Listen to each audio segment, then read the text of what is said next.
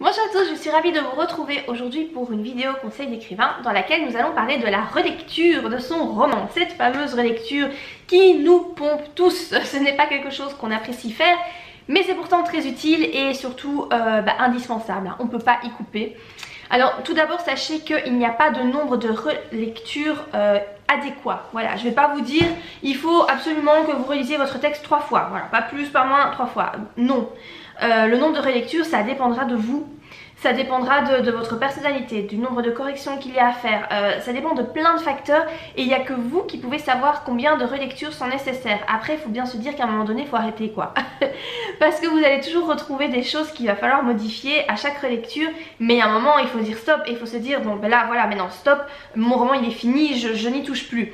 Personnellement, moi, je fais entre 2 à 3 relectures. Ça dépend vraiment du roman. Mais voilà, jamais plus de 3 relectures de toute façon. Mais ça c'est propre à moi, hein. Je vous dis pas que c'est ça qui est bien, que vous devez faire comme ça, non, c'est vraiment propre à mes besoins à moi. Alors je vais distinguer cette vidéo, je vais la couper en fait en 2 parties. Donc il va y avoir la relecture du point de vue de l'orthographe et la relecture du point de vue du fond de l'histoire. Je vais commencer par vous donner quelques petits conseils par rapport à l'orthographe. Comment bien se relire pour corriger son orthographe. Alors mon premier conseil, c'est un conseil qu'on retrouve quand même assez souvent, hein, c'est de se relire à l'envers. C'est quelque chose qui va vous prendre du temps, mais pourtant c'est hyper utile pour corriger son orthographe. Donc quand je vous dis se relire à l'envers, c'est-à-dire de commencer, donc prendre un paragraphe, commencer par la dernière phrase du paragraphe et remonter jusqu'à la première phrase du paragraphe. Ou alors la deuxième façon de faire, c'est de prendre chaque phrase et de commencer par le dernier mot de la phrase, remonter jusqu'au premier mot de la phrase. Alors pourquoi est-ce que faire ça fonctionne? Eh bien vous connaissez tellement bien votre roman puisque vous l'avez écrit qu'en fait le sens que vous voulez donner à la phrase va prendre le dessus sur ce qui est réellement noté. Et donc comme ça il y a des fautes d'orthographe que vous n'allez pas voir, vous avez beau relire, vous n'allez pas les voir, elles ne vont pas vous sauter aux yeux parce qu'en fait votre cerveau anticipe la phrase, il sait ce qui est écrit et il vous joue un mauvais tour en quelque sorte. Et justement j'ai trouvé une petite phrase que Voltaire a dit et je la trouve tellement juste, du coup je vais vous la partager ici. Il a dit: un auteur est peu propre à corriger les feuilles de ses propres ouvrages, il lit toujours comme il a écrit et non comme il est imprimé. Et ben voilà, ça résume bien ce que je vous dis, c'est totalement vrai. Donc le fait de relire à l'envers, le sens de votre paragraphe, de votre phrase va être cassé et ça va vous forcer à faire attention à chacun des mots et à l'orthographe. Mon deuxième petit conseil pour corriger son orthographe, c'est de faire attention aux expressions que vous allez utiliser. Par exemple, avoir la chair de poule. Chair de poule, c'est une expression. Comment est-ce qu'elle s'écrit? Ou encore l'expression avoir affaire à quelqu'un. Comment ça s'écrit avoir affaire à quelqu'un? Est-ce que c'est A espace faire ou est-ce que c'est affaire en un seul mot? C'est une bonne question, n'est-ce pas? Donc voilà, arrêtez-vous sur toutes ces expressions et vérifiez qu'elles sont bien écrites. Mon troisième conseil, c'est de faire attention lorsque vous relisez et que vous réécrivez certaines phrases. Si vous changez le sujet de la phrase, que le sujet à la base était masculin mais qui va devenir féminin, faites attention à ce que les adjectifs et les participes passés qui vont suivre se mettent bien eux aussi au féminin. Parce que ça c'est une erreur quand même qui est facilement faite, hein. Voilà, on se dit que finalement, on se dit oh mince, j'ai fait une répétition, j'utilise 2 fois le mot, je sais pas, le mot homme par exemple. Et du coup on va le changer en mettant un mot qui du coup sera au féminin. Et ce qui fait que le reste de la phrase, il va falloir l'accorder au féminin. Donc faites bien attention si vous faites des modifications de sujet comme ça. Mon quatrième conseil, ce serait de se relire à voix haute. Ça fonctionne très bien et ça permet de déceler les fautes de français. Voilà, les choses qui ne se disent pas. Vous allez tout de suite l'entendre à l'oreille, hein. Voilà, quand vous allez dire la phrase, vous allez vous dire oh là là là là, c'est un truc qui va pas là, c'est pas comme ça qu'on dit normalement. Du coup, vous allez pouvoir vous corriger à ce niveau-là. Cinquième conseil, c'est de faire attention à la concordance des temps. Alors ça, c'est quelque chose qui est compliqué. Je vous avoue que personnellement moi je suis douée à tout ce qui est orthographe et tout, je maîtrise, mais alors la concordance des temps, j'ai un peu de mal avec ça. C'est vraiment le truc qui me pose le plus de soucis. C'est pas évident. Après vous pouvez trouver sur internet des leçons, hein, voilà, qui vous expliquent comment faire, mais c'est pas évident. Mais voilà, il faut y faire attention parce que du coup ça peut poser beaucoup de problèmes si vous n'utilisez pas la concordance des temps comme il faut. Faites attention également à la typographie.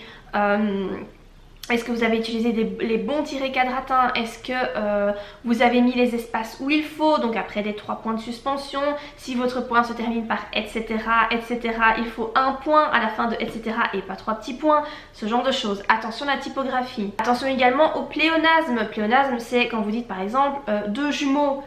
Étant donné que jumeaux est un terme qui désigne deux personnes, enfin des frères et sœurs nés en même temps, hein, qui sont d'office 2, jumeaux c'est d'office 2. Si vous mettez deux jumeaux, il y a une répétition, ça ne va pas, c'est pas bon. Donc ça, il faut faire attention. Finalement, faites attention également aux coquilles. Hein. Ça, moi, c'est les fautes que je fais le plus souvent, c'est les coquilles. Il manque une lettre, par exemple, si je veux dire... il montre quelque chose, je vais mettre peut-être monte, j'oublie le R et forcément Word ne va pas me le corriger puisque c'est un mot qui existe. Donc voilà, ce sont des coquilles et ça malheureusement c'est compliqué de toutes les retirer, mais voilà, essayez d'y faire attention. Alors sachez également, je vais attirer votre attention là-dessus, qu'il n'existe aucun logiciel efficace qui va vous corriger. Alors oui, il y a des logiciels qui vont vous aider, hein. Moi j'utilise Word, uniquement Word, hein. Voilà, j'écris sous Word et il me souligne les mots qui ne sont pas justes. Pour tout ce qui est orthographe d'usage, ben ça oui, voilà, si vous vous trompez, vous mettez 2 F alors qu'il en faut qu'un, Word va vous souligner le mot et ça va vous permettre d'éviter des erreurs. Mais tout ce qui est conjugaison, grammaire, même accord, Word...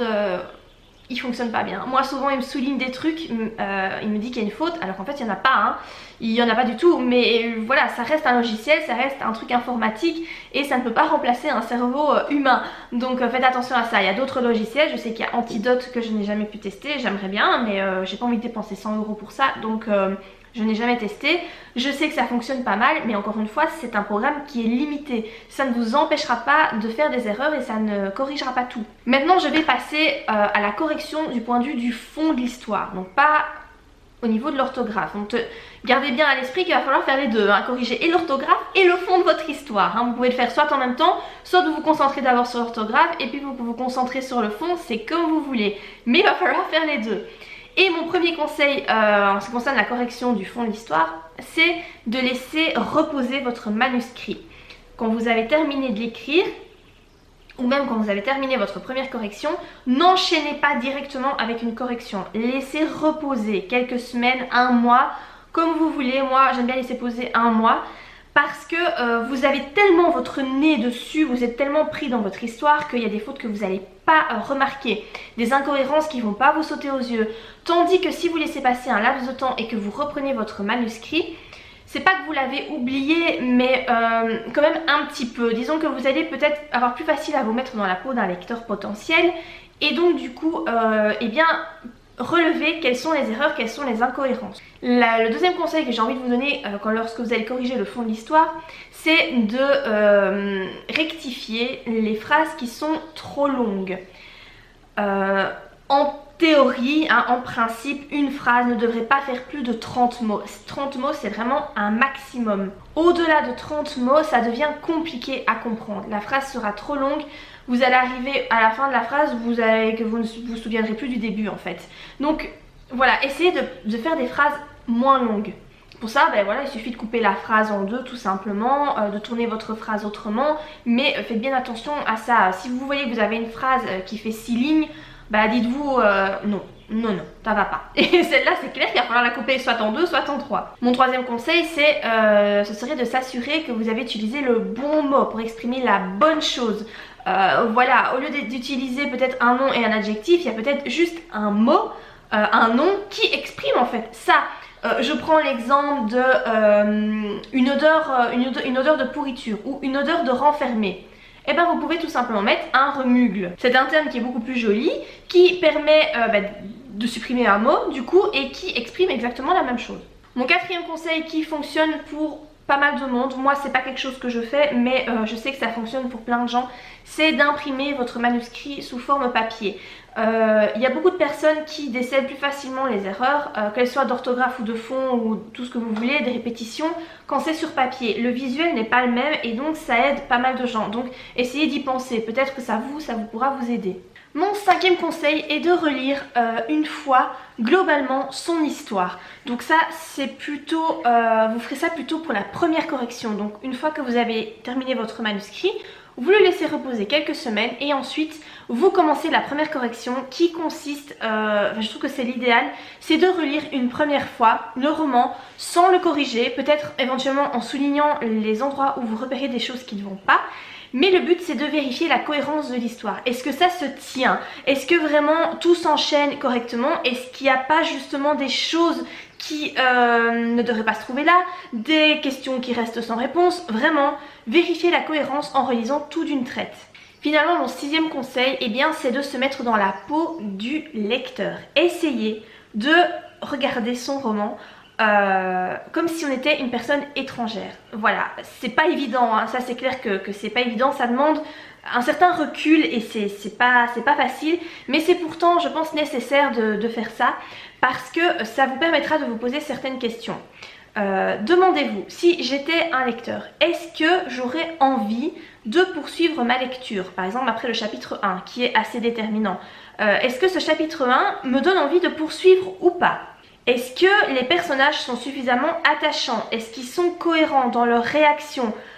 Essayez vraiment de voir votre manuscrit comme une personne étrangère. Et c'est compliqué, mais pourtant le fait de parvenir à faire ça, c'est quand même assez efficace. J'espère que tous ces petits conseils donc vous aideront, hein, si vous entamez voilà, l'étape correction de votre roman. Bon déjà, bon courage, c'est ce que j'ai envie de vous dire, bon courage parce que écrire un roman c'est déjà bien.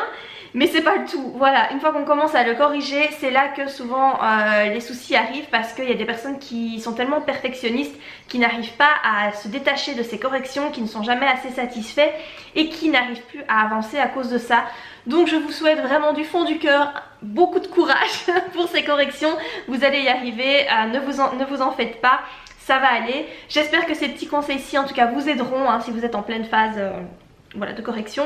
Si vous avez aimé la vidéo, comme d'habitude, n'oubliez pas de la liker et moi je vous dis à très bientôt pour de prochaines vidéos. Bye!